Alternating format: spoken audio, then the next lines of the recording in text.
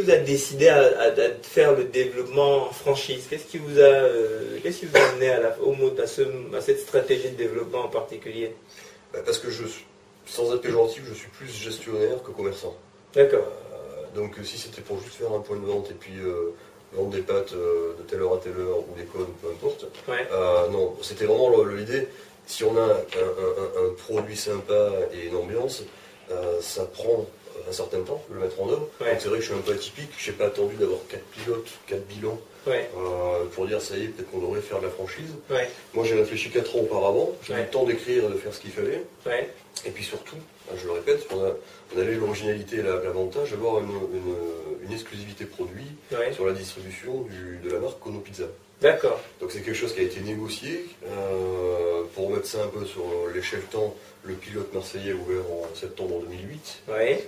Le contrat d'exclusivité pour 10 ans sur le territoire français a été signé en janvier 2009 pour la Kono Pizza. Ouais. Ouais. Donc quand on a un engagement, un investissement de cet ordre-là, qui est très lourd, Ouais. on ne peut pas se permettre d'attendre l'hypothétique développement, des multiplications. Donc c'était écrit à l'ouverture en septembre 2008 du premier comptoir d'aile.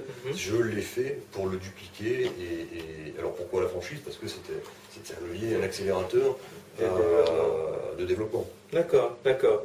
Donc c'était dès l'ouverture du premier point de vente, très rapidement, la confirmation de quelques chiffres, et puis en fait, vous êtes parti en franchise tout de suite. Oui, après c'est vrai que on apprend pourquoi on peut faire de la franchise, il faut qu'il y ait un succès, il faut qu'il y ait des chiffres. Mais au-delà de tout ça, parce que c'est très théorique et c'est très consultant, mais au-delà de tout ça, si on a un produit de qualité, un ticket moyen qui est dans l'actualité, Dans le marché, ouais. dans le marché, Ouais. un décor, un design, un plus par rapport à certains concurrents, Ouais. après il suffit d'avoir des lieux corrects et des franchisés ou des personnes qui tiennent les établissements, qui soient des commerçants, Ouais. il n'y a pas, je dirais que mes chiffres sont les miens. Ça Ouais. n'a rien à voir avec ce que va faire mon franchisé demain ou celui d'après-demain. Ouais. Et ça, on ne peut pas le comparer. C'est pas parce qu'il s'appelle Comptoir d'Aile qu'il fera toujours 500, 600 ou 800 000 euros. Si le mec est bidon, il fera 150, il fera au bout d'un an. Ouais.